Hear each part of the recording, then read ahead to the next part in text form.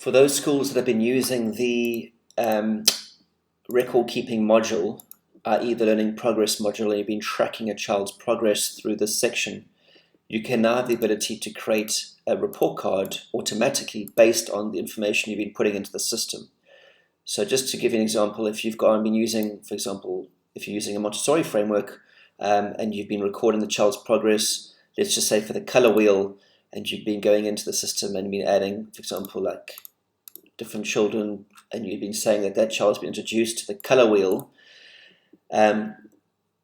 you have the ability now to generate a report card based on that framework. So this is the academic reports module. If you haven't ever created a report, it'll look like this. Just click here to add your report. You can give your report a title. You can turn certain features on or off depending on what you want. Then at the bottom is the new section here called frameworks. You're going to select that. What that's going to do, it's going to pull through your framework. So if your school is an ECD school, it'll have your ECD framework. If it's a CAPS curriculum, I'm going to activate the Montessori curriculum. So I click continue. This is a template which I created earlier. So I'm just going to click on view template. And there it is. You have the ability now, so that's just what it's going to look like. But now I'm going to publish that so I can make it visible to my teachers. So that report template called term 3 is now visible. That's the data, I just created it now.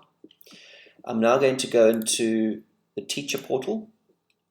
There's only the administrator can create the template.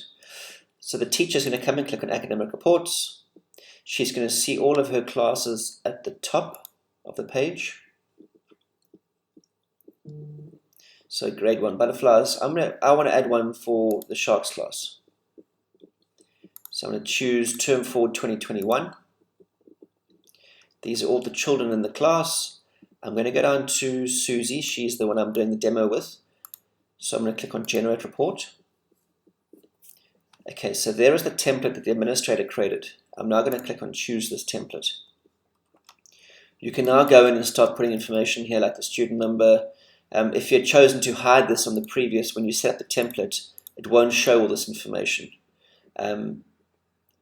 This will pull through from the child's profile if it's on the profile though. The attendance will pull through. Let's put days, late, days, there we go.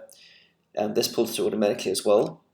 What's important now is because you're doing a date range search, because I know the Montessori specifically works in a 3-year work cycle, you can pull through, let's just go back a little bit, let's go back to 1st of September until today. Sorry, 1st of September to the 28th, click apply. So there's 37 observations linked for Susie during that period. Obviously if you had a 3-year work cycle, that'll be a lot more. You're going to click next steps. This is going to pull through the subjects that that child has been linked to in terms of the observations. It'll pull through the default image for the material so the teacher can have a quick snapshot of what the material was. And this is the latest competency level for that child. You're going to click next. The teacher would add her comment and she would leave the principal's comment blank, for example. Okay, so that's been saved. So the teacher's job's done. Only the administrator can actually send the report card. So she's going to jump across into academic. The administrator is going to click on reports, choose the period. So there's Susie. I've just uploaded her report card. It's been uploaded. Now I, as the principal, want to type in my comment. I click on upload comments. Let's click on preview, see what it looks like. So it pulls the child's profile, age, demo school. It pulls through her date of birth, child's age, student number, height, weight, days absent, whatever. And then the subject, and there's the latest level that they've achieved. I'll show you quickly after this how you can add your signature, but there's the teacher's comment, principal's comment. Okay. So if the teacher was happy, they would basically just click on the share icon.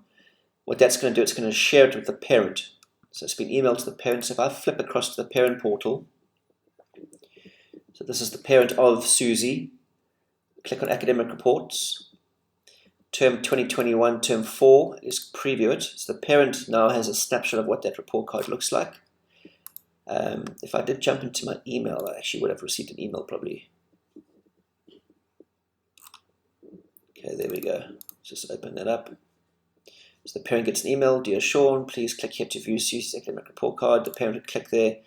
So they get notified via email, and they can just log into the system and view their report card. I'm going to just show you how the teacher can upload their signature. Quite straightforward. Click on your profile photo, click on your profile.